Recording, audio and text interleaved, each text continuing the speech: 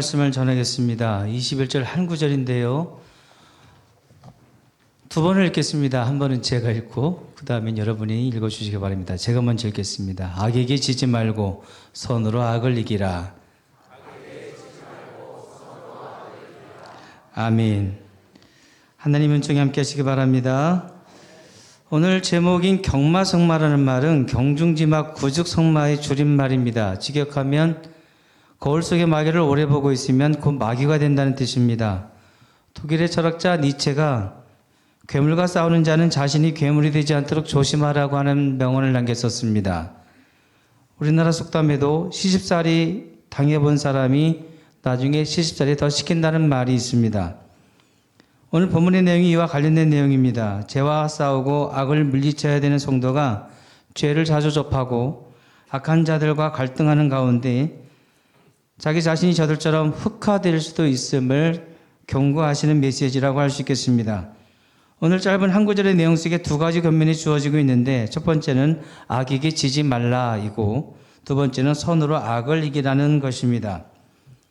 이 말씀은 단순한 도덕적 윤리적 요구를 의미하는 것이 아니라 성도가 세상에서 어떻게 영적 전쟁을 치를 것인가에 대한 원리를 설명해 주고 있는 말씀이 되겠습니다.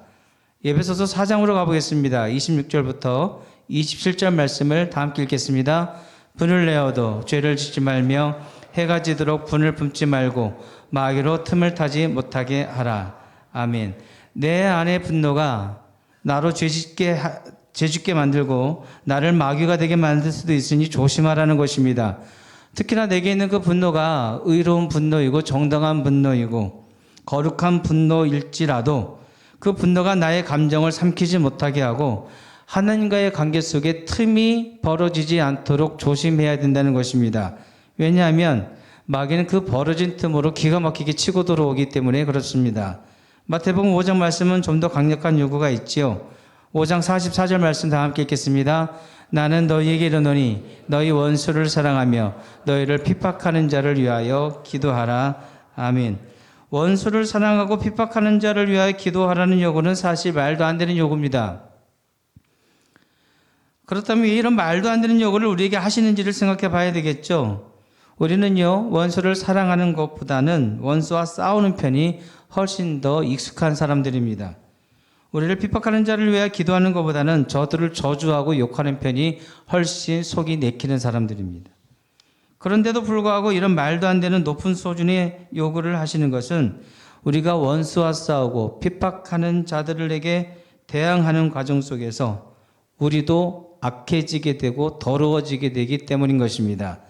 경험해 보셨겠지만 어둠과 싸우다 보면 내 안에도 어둠의 그림자가 짙게 드리워지게 되어집니다.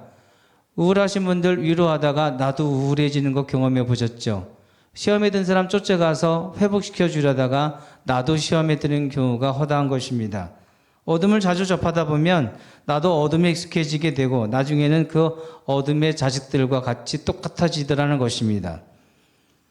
스톡홀름 증후군이라는 말이 있습니다. 불의와 맞서면서 정의를 외치다가 어느새 나도 불의한 사람 되어버리는 동화되어지는 이상한 일들이 생기게 되는 이유가 여기에 있다는 것입니다. 이미 알고 계시는 대로 우리 한국교회가 지금 곤란한 처지에 처해져 있습니다. 공산주의에 대한 반감을 드러내고 차별금지법을 반대하는 과정 속에서 우리가 보수의 편을 들고 있고 보수를 지지하는 모형새가 되었기 때문입니다. 김일성 대학 총장을 역임하고 조선노동당 비서였다가 우리나라로 망명한 황장엽 씨를 기억하실 겁니다. 그때가 1997년도였으니까 벌써 30년 전 이야기가 되었습니다만 당시 유명한 발언을 했었지요.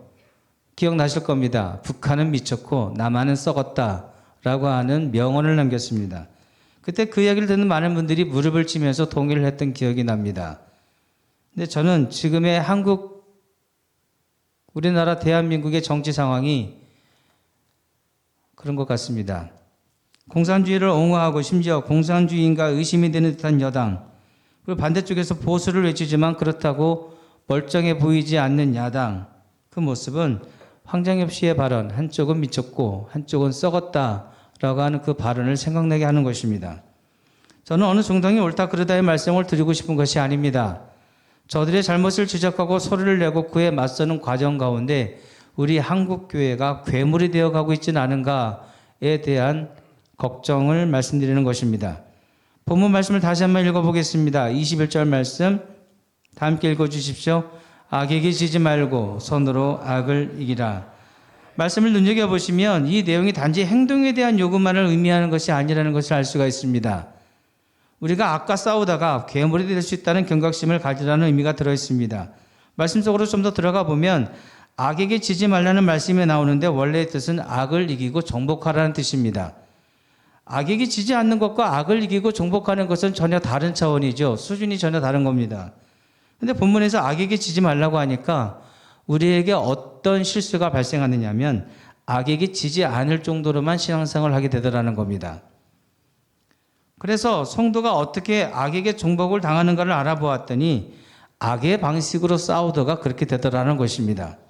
즉 우리가 악과 싸우기 위해 그들을 이기기 위한 방법으로 악한 방식, 세상적인 방식, 인간적인 방법을 동원하게 되어지면 우리는 이미 악에게 진 것이 되어진다는 뜻입니다.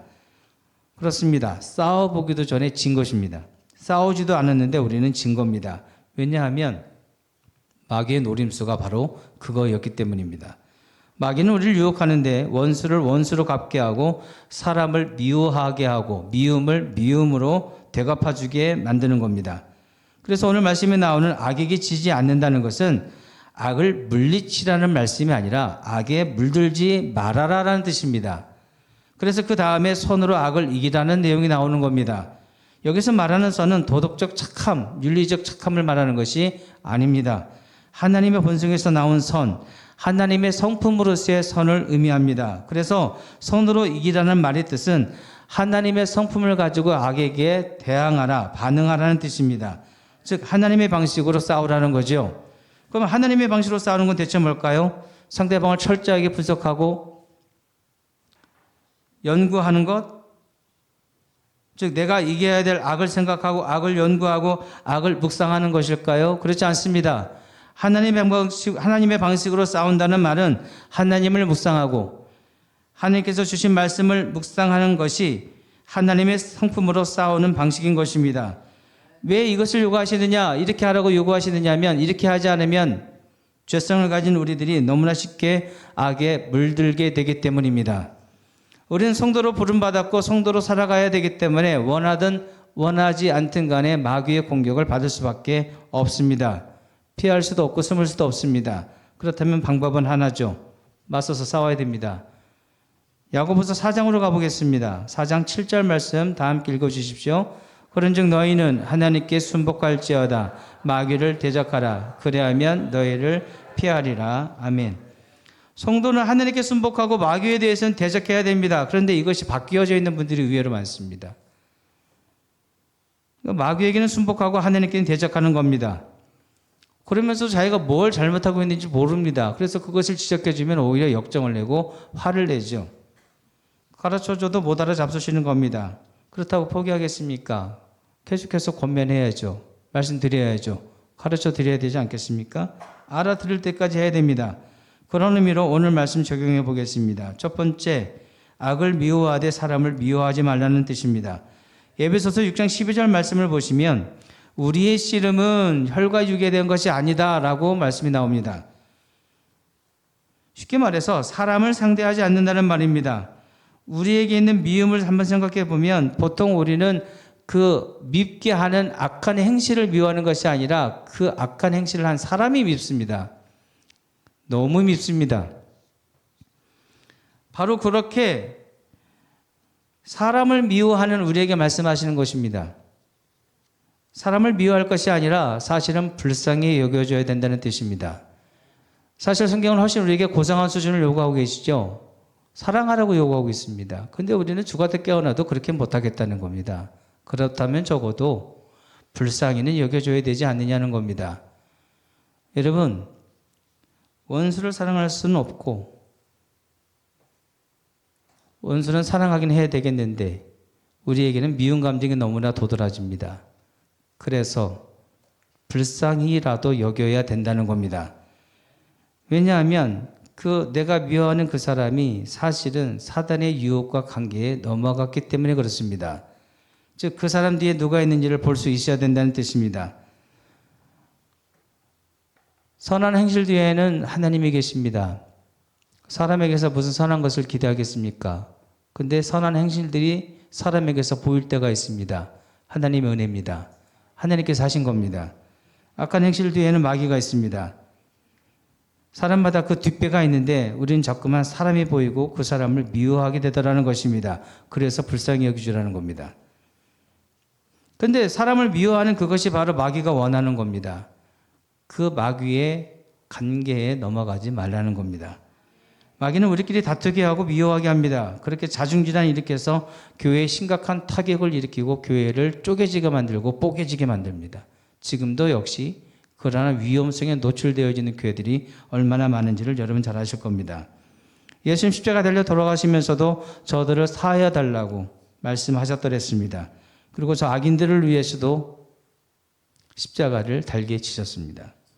구원은 모든 인생들에게 주어진 하나님의 선물입니다. 다만 그 선물을 받아들이느냐 거부하느냐의 차이로 천국과 지옥이 갈리는 것뿐입니다. 주님께서 이렇게까지 아끼고 사랑하는 사람들인데도 우리는 내게 손해를 끼쳤다는 이유로 저 사람을 죽이고 싶을 정도로 용서가 되지 않습니다. 그리고 용서하고 싶지도 않습니다. 바로 이 부분입니다. 그렇게 되었다면 우리는 진 겁니다. 마귀에게 진 겁니다. 그래서 피하 식별 잘 해야 됩니다. 내가 싸워야 될 대상이 악인인지 아니면 그 뒤에서 조종하고 있는 마귀인지를 분별할 수 있어야 됩니다. 쉽지 않은 미션입니다만 악은 미워하되 사람은 미워하지 않는 그 높은 신앙의 수준까지 올라서시길 바랍니다. 두 번째는 정의의 이름으로 복사하지 말라는 것입니다. 로마서 12장 19절 말씀을 보시면 친히 원수를 갚지 말고 진노하시며 맡기라는 내용이 나옵니다. 세상의 정의는 눈에는 눈, 이에는 이죠. 하지만 하나님의 정의는 십자가 위에서의 사랑과 용서입니다. 사람은 복수를 정의로 포장합니다. 그러나 나의 정의가 누구에게는 불의가 될 수 있습니다. 상대적인 겁니다. 그래서 복수는 또 다른 복수를 낳게 되기도 하는 겁니다. 또한 내가 원수를 갚으려 하는 것은 하나님의 심판권을 침범하는 월권이자 교만입니다. 그래서 원수 갚는 일은 하나님께 맡기라고 말씀하시는 것입니다. 이것이 중요한 이유는 하나님이 하시는 복수는 정의를 세우지만 인간이 하는 복수는 복수하는 당사자를 망가뜨리는 일이 되기 때문입니다. 하나님은 우리에게 심판권, 판단권 주신 적이 없습니다. 그것은 하나님 앞에서 교만한 죄입니다. 우리 겸손하게 신앙생활 잘 감당해 주시기 바랍니다. 세 번째는 자신의 상처를 정의로 포장하지 말라는 겁니다.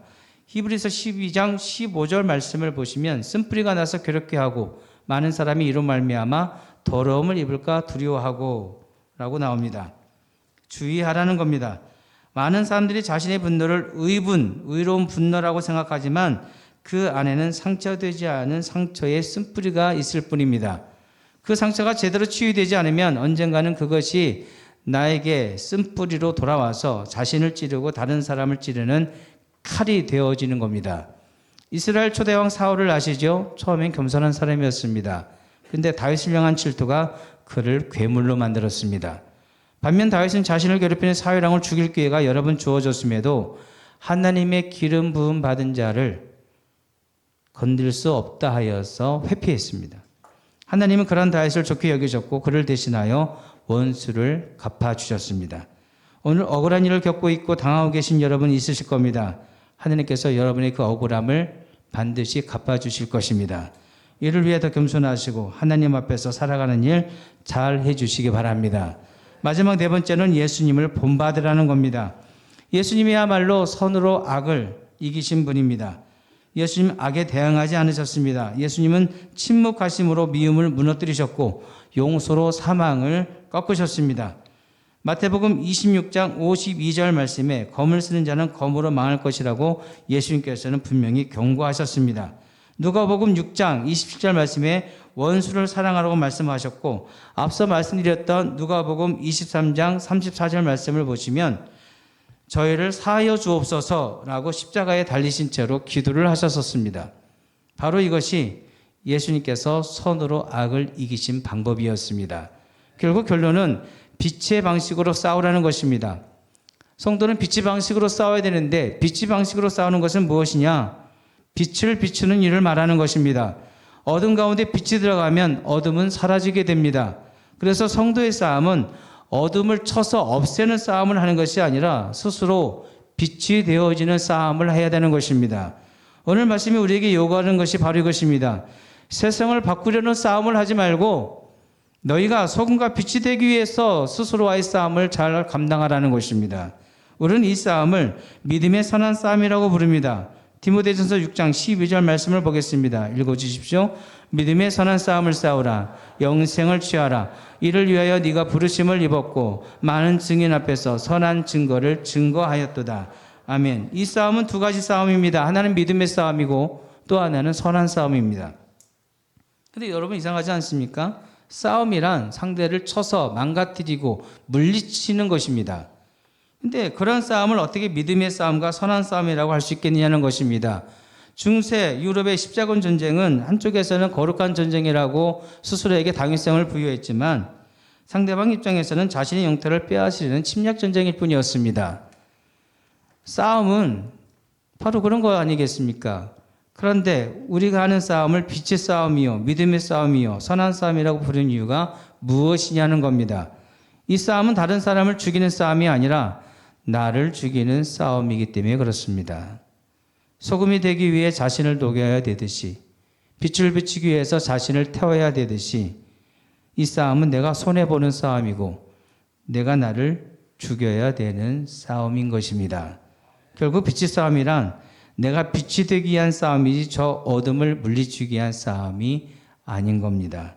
근데 자꾸만 우리는 저 어둠과 대항하려고 하고 저 어둠과 싸우려고 한다는 것입니다. 오늘 부모님 말씀하시는 선으로 악을 이기는 것은 내가 악을 물리치는 것을 말하는 것이 아니라 내가 선으로 무장되어지는 것을 의미합니다. 즉 내가 선한 사람이 되어야 된다는 것입니다. 여러분 빛이 되어 주셔야 됩니다. 소금이 되셔야 됩니다. 성경을 잘 보시면 소금의 일을 하라고 부르신 것이 아니고 빛의 일을 하라고 부르신 것이 아니라 소금이 되라고 말씀하셨고 빛이 되라고 말씀하셨습니다. 우리는 악을 물리치라고 부름받은 사람들이 아니라 우리에게 베풀어 주신 하나님의 선을 지키라고 부름받은 사람들입니다. 그래서 이것을 지키기 위한 싸움을 해야 되는 겁니다. 이 싸움이 사도 바울에게도 있었습니다. 바울은 자신의 몸을 쳐서 복종케 하는 싸움이 있다고 고백했는데 고린도전서 9장으로 가보겠습니다. 27절 말씀 다 함께 읽어보겠습니다. 내가 내 몸을 쳐 복종하게 함은 내가 남에게 전파한 후에 자기가 도리어 버림이 될까 두려워함이로다. 아멘. 믿음으로 나를 제어하지 못하고 믿음의 선한 싸움을 싸우지 않으면 제 아무리 사도라 할지라도 제자라 할지라도 성도라 할지라도 버림받을 수 있다라는 것을 바울이 깨달은 겁니다. 그게 그렇게 두렵다고 한 겁니다. 오늘 우리들도 성도로 부름받았고 제자로 여기까지 왔습니다. 여러분 더 성도다워지셔야 됩니다. 더 제자다워지셔야 됩니다. 제대로 맛을 내는 소금이 되어 주셔야 되고 제대로 빛을 발하는 존재가 되어 주셔야 되는 겁니다. 그래서 악에게 지지 말고 손으로 악을 이겨낸 복된 한 주간 되시기 바랍니다.